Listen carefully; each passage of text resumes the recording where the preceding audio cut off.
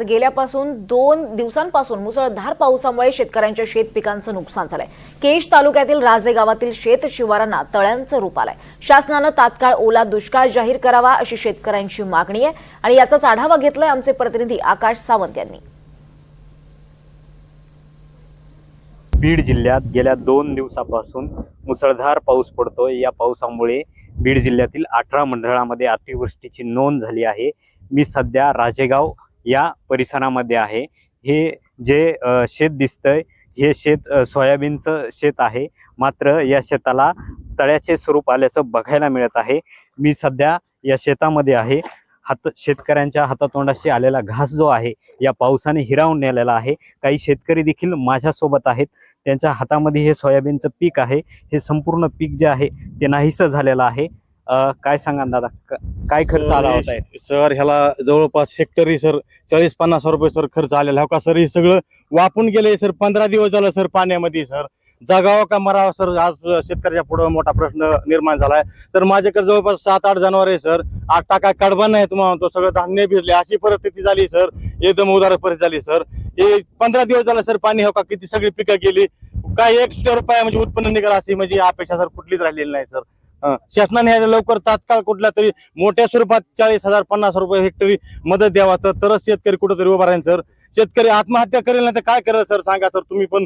आमचा हे सगळा विषय तुम्ही शासन दरबारी पोहोचावा सर। नक्की शेतकऱ्याच्या हातात काहीच उरलं नाही। दसरा आहे, दिवाळी असे हे मोठे 2 सण तोंडावरती आहेत आणि हे शेतकऱ्याच्या हातातोंडाशी आलेला घास हिरावून दसरा दिवाळीची हालत सोडून द्या। दसरा दिवाळी, दसरा तर आता उद्याच आलाय। दीपावली 20 दिवसावर आहे, पण आज घरामध्ये अन्न भिजलंय, आज गंजी वाहून गेलेले आहेत। आणि आज राजकारण काय करते? राजकारण, जातीवादाचं राजकारण जिल्ह्यात फक्त सुरू झालेलं आहे। आणि जातीवादापासून दूर राहून माननीय नेत्यांनो, बीड जिल्ह्याचे आमदार खासदारांनो, सर्वांना कळकळीची शेतकऱ्यामार्फत विनंती, हे जे गावामध्ये घडलंय, मांजरा नदीचा पूल ते पूर्णपणे चौसाळा डोक्याची वाडी तलावापर्यंत सर्व गावांची अवस्था हीच आहे। आज तुम्ही शेतकऱ्यांना मागतायत हेक्टरी। एखाद्याचं एकरच आहे, एकरवाल्याने काय करायचं? 2 एकरवाल्याने काय करायचं? ही परिस्थिती पहा तुम्ही। ह्या परिस्थितीकडे लक्ष द्या। आज ह्या शेतकऱ्यांची एकरी 5 लाख रुपये, हेक्टरी 5 लाख दिले तरी खर्च भरून निघत नाहीये, कारण त्याची भुई सपाट झाली। 5 वर्ष गाळ झाला, पायात उभं राहिलोत आपण, आज पाय उपसतात, गाळ पूर्ण होऊन गेलेला आहे। शेतकऱ्याची व्यथा खूप वाईट आहे। माननीय नेत्यांनो, समाजकारणाला सोडून इकडे शेतकऱ्याकडे वळा।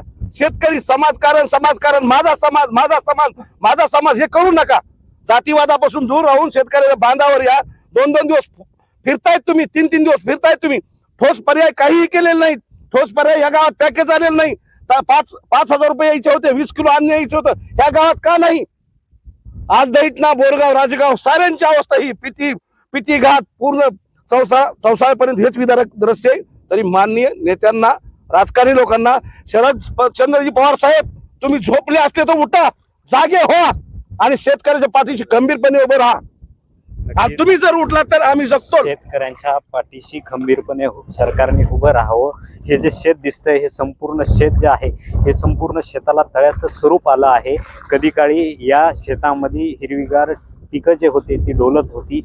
आज हे पिकं जे आहेत संपूर्ण पाण्याने खूप झाल्याचं बघायला मिळत आहे। माझ्या हातामध्ये हे सोयाबीनचं पीक आहे। आपण बघू शकतात, हे पीक जे आहे सगळं जमीनदोस्त झाल्याचं बघायला मिळत आहे। आता कुठंतरी सरकारने आणि राज्यकर्त्यांनी शेतकऱ्याच्या बांधावरती येऊन शेतकऱ्यांना मदत करण्याची गरज असल्याचं जे वास्तव आहे हे समोर येत आहे। NDTV मराठीसाठी मी आकाश सावंत, बीड।